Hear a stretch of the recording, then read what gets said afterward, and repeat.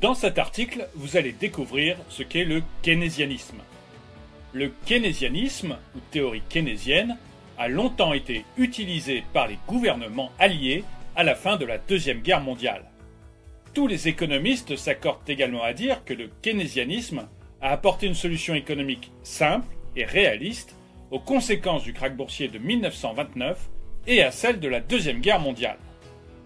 Pourtant, le père de ce courant, John Maynard Keynes, n'a jamais remporté de prix ou de récompense pour son apport à la science et à l'économie mondiale. Cette vidéo vous expliquera donc en quoi consiste le courant keynésien et comment ce dernier a participé au redressement de l'économie mondiale de l'après-guerre. Bonjour et bienvenue dans cette nouvelle vidéo de Droma Economy. Aujourd'hui, je vais donc vous parler du keynésianisme.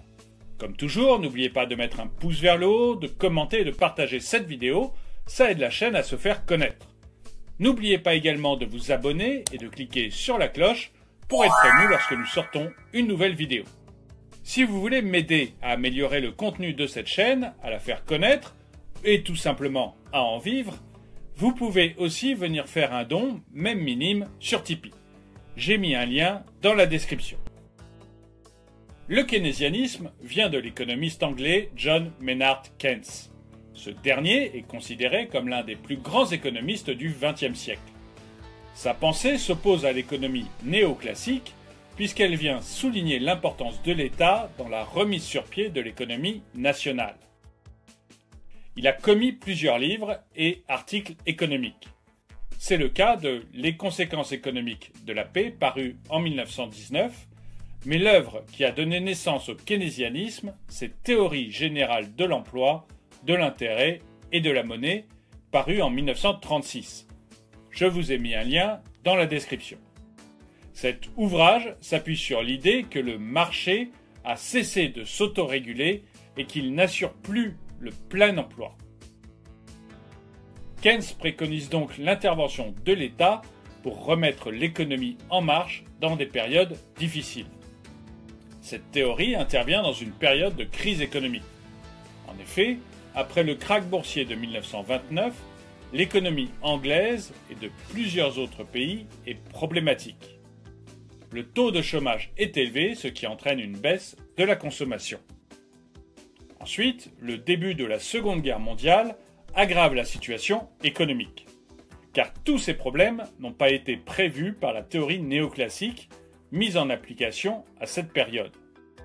À la fin de la Deuxième Guerre mondiale, il est donc question pour les vainqueurs de trouver une nouvelle théorie à appliquer pour relever l'économie.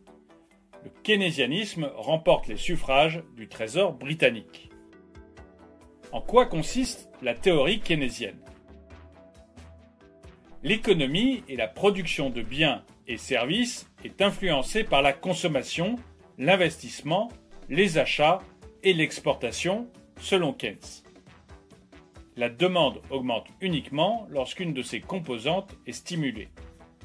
Cependant, pendant les périodes difficiles, comme ce fut le cas dès 1929, la demande baisse drastiquement. Cette baisse est due au fait que les consommateurs diminuent leurs dépenses car les lendemains sont incertains. De leur côté, les investisseurs cessent également leurs activités car les consommateurs s'intéressent moins à leurs produits et services. Pour y remédier, Keynes propose donc une prise en main de la situation par le gouvernement afin de booster la production. Pour lui, l'économie fonctionne selon trois principes. Premièrement, l'économie est influencée par les décisions des secteurs publics et privés. Le premier ayant un rôle de régulation et le second ayant un rôle de stimulation de l'économie. Deuxièmement, les revenus s'adaptent lentement aux variations de l'offre et de la demande, d'où les pénuries et les excédents de production selon la situation économique qui prévaut. Troisièmement, les variations de la demande impactent la production et l'emploi. Un exemple. Pour mieux comprendre Keynes, prenons le cas d'un pays en proie à la guerre civile. Les consommateurs font face à l'incertitude de la situation. Ils se projettent moins dans l'avenir et donc font moins de dépenses. Cette baisse d'engouement des consommateurs provoque un excédent de la production nationale. Puisque les marchandises ne sont pas écoulées, les investisseurs, eux aussi, diminuent leurs investissements et donc la production de biens et de services pour équilibrer leurs dépenses avec la demande présente et la situation de conflit qui prévaut dans le pays. De plus, le conflit rend forcément l'investissement difficile. Les infrastructures d'investissement sont constamment en danger dans ce type de situation. Ainsi, un problème entraînant l'autre, les producteurs se voient obligés de diminuer la main-d'œuvre, car ils n'ont plus les moyens de la rémunérer, d'où la hausse du chômage. La responsabilité revient donc à l'État d'impulser la production de biens et de services en accompagnant les producteurs et investisseurs privés. L'État doit donc injecter des fonds dans l'économie pour rétablir l'équilibre économique du pays. Cela ne règle pas la crise sociale, mais permet au pays de survivre malgré les conséquences d'un conflit armé. Le cycle économique. Le keynésianisme considère le cycle économique comme un grave problème économique. Il pense qu'il est possible de le résoudre par de sérieuses politiques économiques. Keynes a appelé cette solution politique anticyclique. Elle consiste à réduire les déficits budgétaires en finançant des projets d'envergure. L'État, ici, prend sur lui de subventionner des projets afin de stimuler l'emploi. Ensuite, les salaires doivent être stabilisés de telle façon que lorsque la demande augmente à nouveau, les impôts augmentent aussi. L'augmentation des impôts, ici, aura pour but de prévenir l'inflation. Keynes propose également d'utiliser la politique monétaire pour baisser le taux d'intérêt et encourager l'investissement, même s'il préconise tout de même de surveiller l'augmentation de la masse monétaire, car l'afflux de liquidités peut ne pas rétablir l'équilibre de l'économie. Pour Keynes, le gouvernement doit prendre en main la résolution de problèmes sur une courte période. Laisser le marché se remettre tout seul sur le long terme serait risquer d'être ensuite incapable de le remettre sur pied. La politique anticyclique consisterait donc pour l'État à faire une veille constante de l'économie nationale.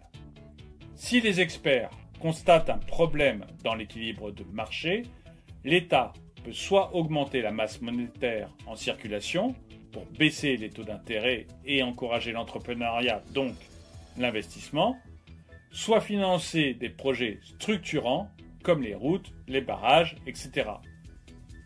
Ces projets nécessitent généralement une main-d'œuvre élevée, ce qui signifie plus d'emplois. Lorsque la population est assez employée, elle utilise son revenu pour la consommation. Automatiquement, la demande augmente et le marché retrouve plus ou moins son équilibre. Mais les keynésiens restent réalistes. Ils savent que personne n'est capable de prévoir à l'avance les dérèglements de l'économie et de les réguler à chaque fois avec succès. Le keynésianisme est resté le courant économique de prédilection à la fin de la Deuxième Guerre mondiale jusqu'au début des années 1970, période à laquelle il a perdu ses lettres de noblesse car il n'a pas pu régler le souci d'inflation et de faible croissance qui affectait plusieurs pays dans le monde. Si vous deviez retenir 3 choses sur le keynésianisme, ce serait: le keynésianisme encourage les gouvernements à intervenir dans l'économie et la politique monétaire afin d'influencer la croissance économique.